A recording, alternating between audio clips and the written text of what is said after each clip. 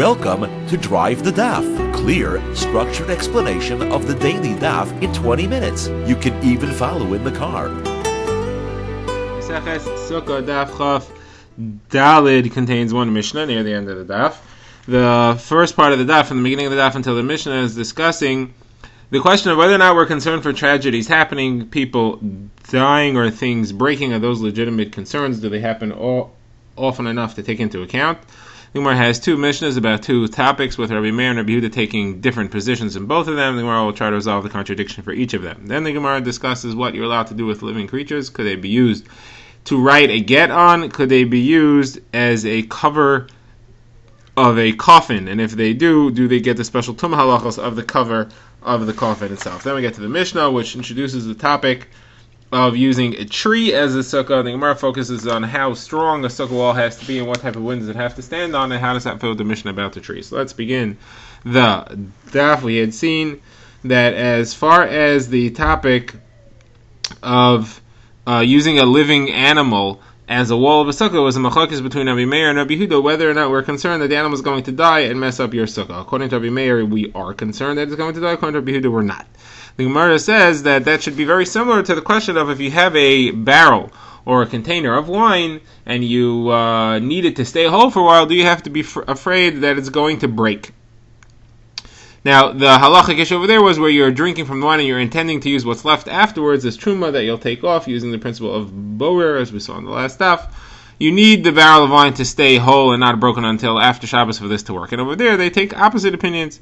Rabbi Yehuda seems to say that it's a problem. We're afraid that the barrel will break. And Rabbi Meir seems to say that it's not a problem. It's not going to break. So why do they take opposite positions here? So the Gemara says, let's work Rabbi Meir against Rabbi Meir first, and Rabbi Yehuda against Rabbi Yehuda.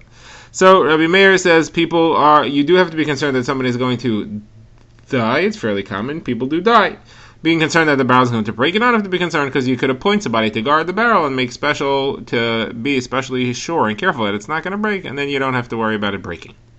Now, as far as Rabbi Yehuda, the reason that he says that you're allowed to, the reason that he says that you should not use the barrel of wine and drink it and leave what's left over at the end is not because he's afraid it's going to break before you finish it. It's not. He holds you don't have to be concerned. You don't have to be concerned that a person's going to die. You don't have to be concerned the barrel is going to break. However, he says you can't do this trick with leaving wine in the barrel until the end and then using that for truma because he does not hold the concept of borer. He does not hold that you could say the wine in this barrel that's going to be left at the end is truma wherever it is. I don't know where it is. I'll figure it out when it's the last cupful that's left over. You can't say that. He doesn't hold that concept works. So Gemara says, but if you look in Rabbi Yehuda, this is what he says, what he argues on Rabbi Meir. It's not what he says. He doesn't say because I don't agree you can do this because I don't hold of borer. He says I don't agree you could do this. He says because the barrel's going to break. So Gemara says no, this is what he means. He means to say, look, I don't hold this anyway because I don't hold that the borer halacha works. According to you, Rabbi Meir, who do hold of borer, what are you going to do about the fact that the barrel might break? Shouldn't you be concerned that the barrel will break? You yourself hold that barrels will break. And on that, Rabbi Meir says, when it'll break, I'll worry about it. I don't actually think that it's going to break. So there's another question to Rabbi Yehuda. Rabbi Yehuda here seems to say we're not concerned that somebody is going to die. It's not a legitimate concern. But how come Rabbi Yehuda holds that the Kohen Gadol on Erev Yom Kippur, who had to be set aside, had to be put in a state 7 days before Yom Kippur to make sure that nothing happens to him to mess up his ability to do the avodah on Yom Kippur, one of the things that they did was that they set aside a wife for him to marry should his wife die, because the Kohen Gadol has to be married. That was Rabbi Yehuda who said that they appoint a woman to be his wife should his wife die. So Gemara says, what I thought you said you're not concerned. So my answer is Yom Kippur is different. We took a lot of precautions for a kapara, even things which are not legitimate concerns. We took those precautions anyway. Okay, now the Gemara has a question. Rabbi Meir had listed off a bunch of things that you cannot use an animal for because we're concerned. One of two concerns. It's a machlokes in the Gemara what the concern was. Is it that the animal might run away or that the animal might die and mess it up? However, one of the things on the list is that he says that if an animal is the cover of a coffin, it does not get the special tumah halachos of the cover of a coffin. That is matama, b'maga, b'masa, b'oel, doesn't get all those halachos. So the Gemara says, what do you mean? That's not a leniency. You're telling me that the reason that you can't use a living animal for all these things is because the Rabbanan were concerned, what if something will happen? That's a reason to be strict. The Rabbanan said, don't rely on it as a sukkah wall or as a get, whatever it is. But why should that concern take away the tumah that it has? It should still have the halacha of tumah. The Raisa, you're telling me it does count as a wall, it counts as a cover, it counts as a coffin, it counts whatever it is. So the Rabbanan said, well, what's going to happen if it's going to walk away? It's not a reason to take away the tumah. You don't go lenient because of that. So the Gemara therefore says, no, there's another reason, there's the third reason, that Rabbi Yehuda says that a living creature can't count as a wall, either of a coffin or a sukkah or whatever it is, or as a ceiling. And that's that something which is held up by air, by ruach, by air, by spirit, doesn't count as being held up. Air itself has no mamash, there's nothing to it. And if that's what's supporting you, that's not considered a support, and therefore it doesn't count. So any wall that's held up by air wouldn't count. If you have a blowing cloth and the air is holding it in place, that would not count as a sukkah. A living creature is also held up by air. It's held up by the spirit of life that it has in it. That's considered to be air. And therefore it does not count as a living creature, and it's not a valid wall. Now another similar explanation is that it has to be made by a person. It cannot be made naturally. A living creature is standing because Hashem made a spirit of life in him. It's standing because of something else that made it stand. It has to be that you stood it up. So Gemara says, what's the difference between these two things? Gemara says, there is a case. The difference is if you blow up a balloon, so it's made by a person, so it qualifies. If being man-made is the main criteria here, then it does qualify. It is man-made. But it is filled up with air. Air is what's holding it up, and therefore it would not qualify as being held up if that was the standard. Okay.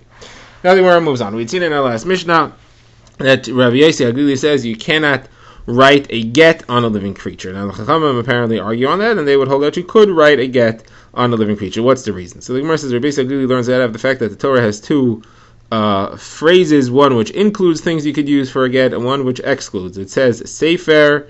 It says v'chasav law, sefer krisis. V'chasav law implies you could write on anything. It just says you have to write. It doesn't say what kind of writing. But then later it says sefer krisis has to be a book of detachment, a book of separating the man and his wife. That's how you write a bill of divorce. So when it says, so you see two opposite things. The word sefer is limiting it has to be a book, and the word v'chasav law is including all types of things. So how do we draw the line in between? We say it has to be something which is like a book, which does not have a spirit of life, and it's not food. It's not food, and it's not alive.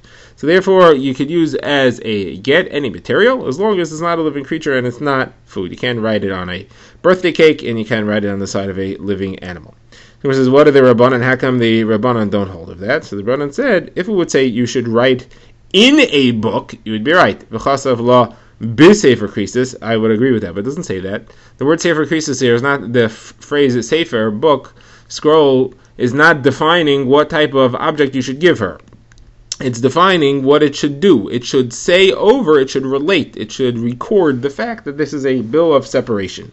It should be a sefer krisis, it should be telling over the fact of the separation. Who's the man, who's the woman, what's happening, they're separating, what's going on. So the Gemara says, okay, the Rabbanan, though, do have to do something with the phrase v'chasav law, because according to them, if the sefer is not excluding anything, v'chasav law doesn't have to include anything. So what's the phrase v'chasav law? What is that for? The Gemara says that's to teach me that she has to be divorced with a document of some sort, something written. It's something that's in writing. You can't divorce her with money. You can't give her a few dollars and say, here, this is what's divorcing you. Now, why would I think you could do that? Because there's a connection between marriage and divorce. We have Makish Havai Liyatzir. It says V'yatza V'haisa V'yatza Mi Beisai V'hocha V'haisa L'shachar. It connects marriages and divorce. You think that they could be affected with the same material, and just like you can marry a woman by giving her money, you think you could divorce her by giving her money. This comes to teach me that you cannot do that. So now the Gemara asks, of course, how does Rabbi Yossi Aglili know that halacha? So the Gemara says that's known from the fact that it says sefer. It's got to be a book, can't be money. So the Gemara says, what are the Rabbanan? Why don't they use that? So the Gemara says sefer is part of teaching me sefer karsa. It says sefer krisos. It's actually a combination of the two words that Rabbi Yossi learns from. It says sefer krisos, sefer karsa. It has to be a book that separates them. So Gemara says, what are the Chachamim? Why don't they learn from there? So they say Sefer Krisos is to teach me something else. It's to teach me that that the separation has to be complete. She can't be tied to him in any way. He can't make a condition that lasts for the rest of her life. Like you're only divorced if you never go to your father's house or if you never drink wine again. She has to be totally free of him. And where does Rebbeisi learn that from? He learns that from the fact that it says Krisos instead of Kares. Didn't have to write Krisos. And the Rabbanan say that's not a drasha. There's nothing wrong with writing Sefer Krisos. There's nothing extra there. Can't make a drasha based on that. Okay, now we get to the next Mishnah. The Mishnah is a one-liner.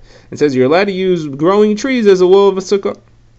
No problem with that. Zimar has a quote of a statement of Rav Acha bar Yaakov. The Gemara is going to ask a number of kashas on Rav Acha bar Yaakov, one of which is from our one-line Mishnah. Rav Acha bar Yaakov says a wall is only counted as well if it does not move too much in a common wind. If it blows in the wind, it doesn't count as a wall. The Gemara says, well, what are you going to do with our Mishnah? Our Mishnah said that a tree could be a wall. The Gemara says it's talking about an old, thick, strong tree that doesn't sway. The Gemara says, what about the branches? The branches and the leaves in the branches, those are all part of the wall. Probably using them as the wall, they're certainly going to sway. So the Gemara says it has to be that you bound them up, you wove them with ropes, with vines to hold them still. Okay, the Gemara says, well then what's Rav Acha bar Yaakov's chiddush? If he's talking about a thick, strong tree where the trunk doesn't move and you bound up the branches, what's he teaching me? The Gemara says he's teaching you that, or at least what's the Mishnah teaching us when it says that you can make a sukkah out of that. What's the chiddush? The chiddush is you may think you shouldn't use a tree for a sukkah because you may end up hanging things on the tree. On Yom Tov, you're going to come to put things on the tree. You'll use the tree, and that's asad rabbanan. You may think, therefore, you shouldn't be allowed to make a sukkah that way. It's coming to teach me that you're allowed to do that. Okay, the Gemara has a few more kashas on Rav Acha bar Yaakov. Kasha number one, we said that you're allowed to use a tree or a fence. Fence is generally made out of rocks in order to be the four corner pieces surrounding a well. Halacha is that Chazal made special leniencies to be able to draw water from a well on Shabbos. It shouldn't be considered moving the water from the Rosh Hashanah, which is inside the well, outside to the Carmelis, which is around it. And the leniency that they made was that you could just have four L-shaped brackets arranged as the four corners of a square, and that's considered to be a wall. So those four brackets could be a tree or a piece of a wall. Whatever it is. The Gemara says same kasha. How could you use a tree? It'll sway, and the branches will sway. The Gemara says same answer. You weave the branches with vines. Okay, the Gemara's next kasha. This time is going to be very similar, but this time we're going to try to get out of this vine answer. This one says if you have a very large tree and its branches hang over a very large area, you could use that actually as a wall. You could say that that's my fence, and within it is a Rosh Hashanah, and I'm allowed to carry within that area. So same problem. How could branches be a wall? The Gemara says again, you wove the branches with vines. The Gemara says if you wove the branches with vines, that means that you made the wall.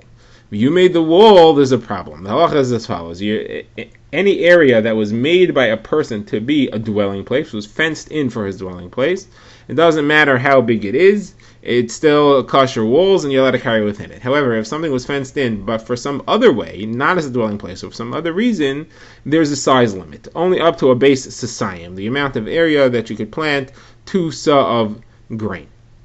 Now this halacha is limited to a base sasayim. That implies that these walls were made naturally. Now if you tell me that the case here is that you wove branches in them, so then you made the wall. So you should be able to go up to any size. It shouldn't be limited to a base sasayim.